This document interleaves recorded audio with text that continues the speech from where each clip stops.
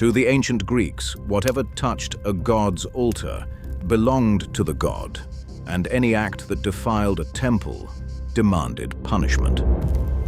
The story of Medusa policed that boundary at the mortal's expense, even when that mortal did nothing wrong. The telling that endures belongs to Ovid, a Roman poet writing 7 centuries after the Greeks first carved the Gorgon's face.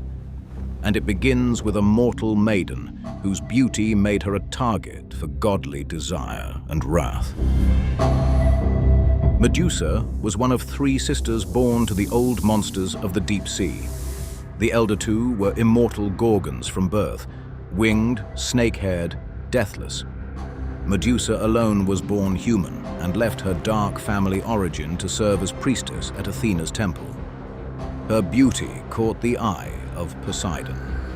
The sea god had his way with her on the cold stone floor of Athena's inner sanctum, beneath the gaze of the goddess's ivory and gold statue. When Poseidon left, Medusa remained on the flagstones. Then Athena arrived, enraged. She could not strike the god of the sea, an Olympian, her father's brother. He was beyond her reach, so she aimed her fury at the mortal survivor. As punishment, Athena made Medusa a Gorgon like her sisters. Medusa's hair thickened and drew apart into writhing vipers. Her smooth skin coarsened into scales, her teeth lengthened until her mouth would not close over them. Her eyes, once soft, hardened into pale, luminous spheres.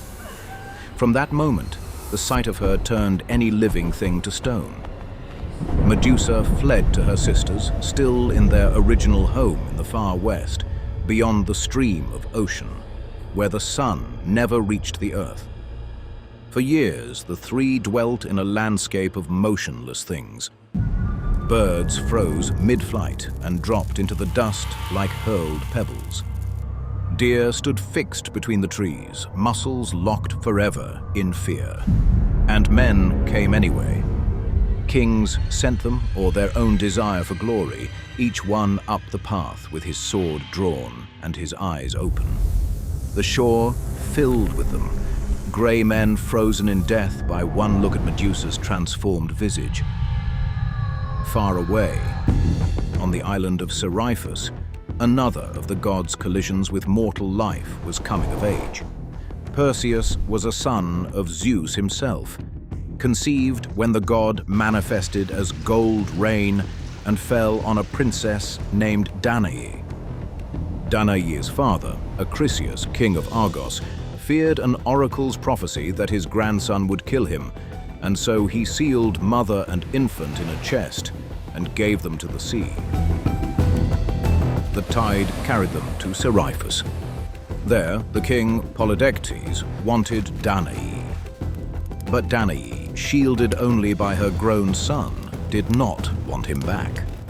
So when Perseus rashly swore he could acquire even the head of the Gorgon, Polydectes seized on the boast and held him to it.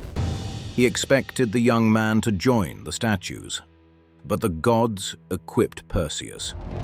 Hermes gave him winged sandals and a blade of unbreakable material, adamant, curved like a sickle. Hades supplied a cap of invisibility. The nymphs gave him the kibisis, a satchel strong enough to hold the Gorgon head. And Athena, the same goddess who turned Medusa into a Gorgon, provided the decisive instrument, a shield of bronze, polished to reflectiveness.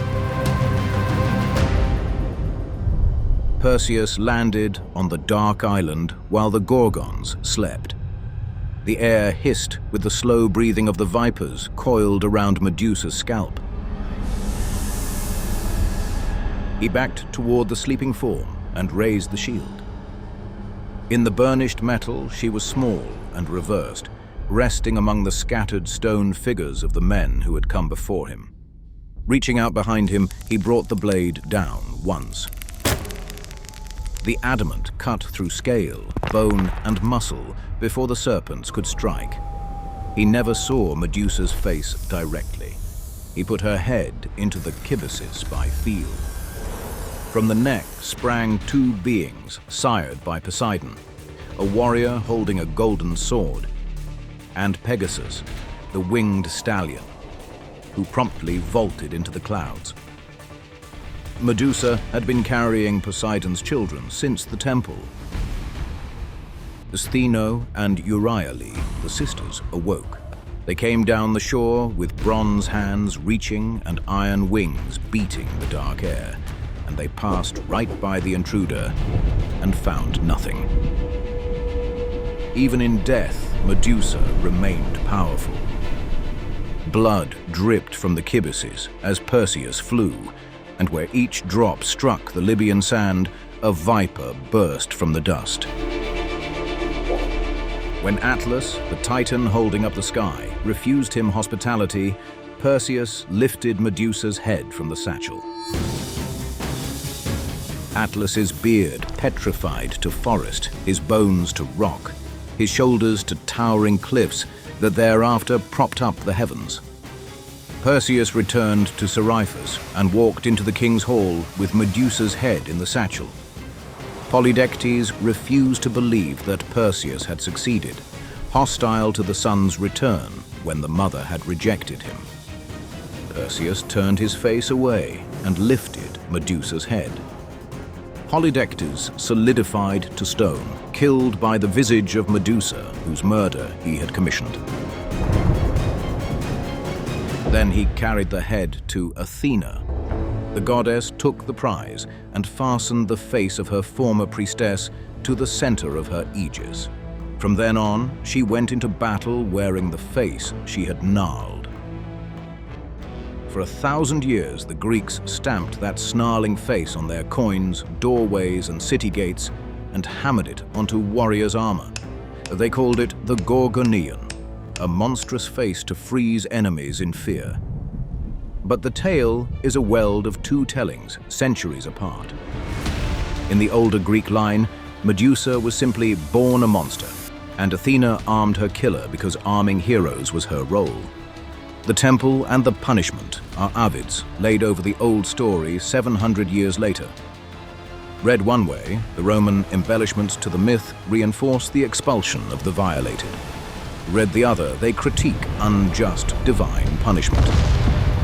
Medusa does nothing in her own story. Everything in it is done to her. Her beauty draws a god's attention, and she is assaulted. For that, a goddess makes her hideous, and therefore a target. At both extremes, Medusa is about fascination with looks that kill.